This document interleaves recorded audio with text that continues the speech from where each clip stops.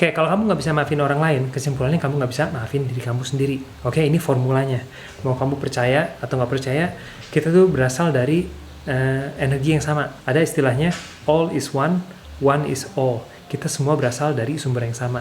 Dan energi itu di dunia ini nggak pernah ada yang berkurang, nggak ada yang bertambah. Oke, energinya sama-sama aja. Kalau kamu masih belum ngerti istilahnya, bisa saya jelasin lagi. Kalau kamu nggak bisa maafin orang lain, kesimpulannya kamu masih menendam rasa benci. Oke, dan rasa benci ini akhirnya bikin kamu nggak bisa tidur, nggak bisa makan. Oke, jadi siapa yang akhirnya sengsara?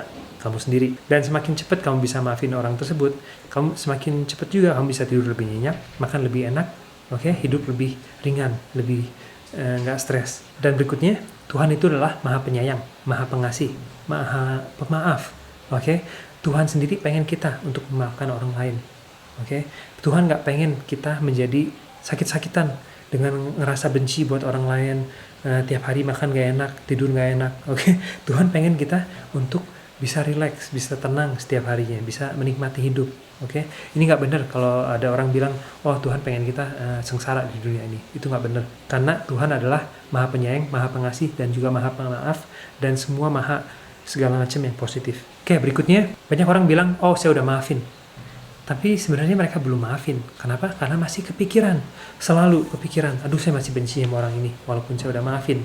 Cuman perkataan doang. Mereka bilang mereka udah maafin, tapi di hatinya belum. Oke? Maafin orang itu bukan, yang penting itu bukan perkataannya. Oke? Tapi di hati kita. Apakah kita benar-benar udah maafin orang tersebut? Oke? Dan kalau kamu tahu, ini salah satu tekniknya, kamu bisa maafin seseorang yang kamu benci, itu kamu harus bisa pikirin bahwa kamu mengharapkan semua kebaikan untuk orang tersebut. Oke? Dengan perasaan tersebut, kamu bisa maafin orang ini dengan benar-benar. Dan jangan sampai ketipu dengan ego kita. Karena ego kita selalu bilang, wah kalau kamu maafin, berarti kesimpulannya kamu kalah. Ini salah banget. Semakin kita bisa maafin, berarti semakin kita bisa memenangkan pertarungan diri kita dengan ego kita sendiri. Dan sama dengan meminta maaf juga. Ego kita selalu bilang, kalau kamu minta maaf, kesimpulannya kamu kalah, kamu lebih rendah. Tapi sebenarnya enggak.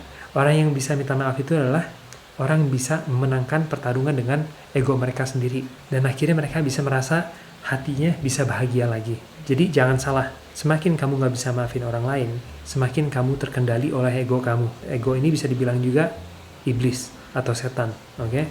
Jadi jangan biarin setan ini mengontrol diri kamu. Hidup ini terlalu pendek untuk hidup dengan kebencian. Oke? Rasanya nggak enak tiap hari, nggak bisa tidur, nggak bisa makan enak. Jadi semakin cepat kamu bisa maafin dan mendoakan orang tersebut semua kebaikan yang mereka bisa dapat, semakin hati kamu bisa plong lagi, kamu bisa positif lagi dan bisa hidup dengan bahagia dan nggak buang-buang waktu dengan hidup kita yang pendek ini. Dan rumusnya jangan lupa, orang yang bisa maafin atau meminta maaf duluan itu adalah pemenangnya. Oke? Dan seseorang yang memegang kebencian dan nggak bisa maafin, justru dia yang kalah. Kenapa? Dia kalah karena dia nggak bisa maafin dan tiap hari membawa kebencian pada saat mereka pergi kemana-mana, pada saat mereka mau tidur, malam-malam bangun nggak bisa tidur karena banyak kebencian di hati mereka. Gitu. Oke deh, segitu aja untuk tips cara memaafkan orang lain. Semoga ngebantu, dan kalau ngebantu jangan lupa untuk like dan subscribe dan nyalain lonceng juga supaya nggak ketinggalan untuk tips-tips lainnya. Dan makasih banyak udah mampir, sampai lain kali.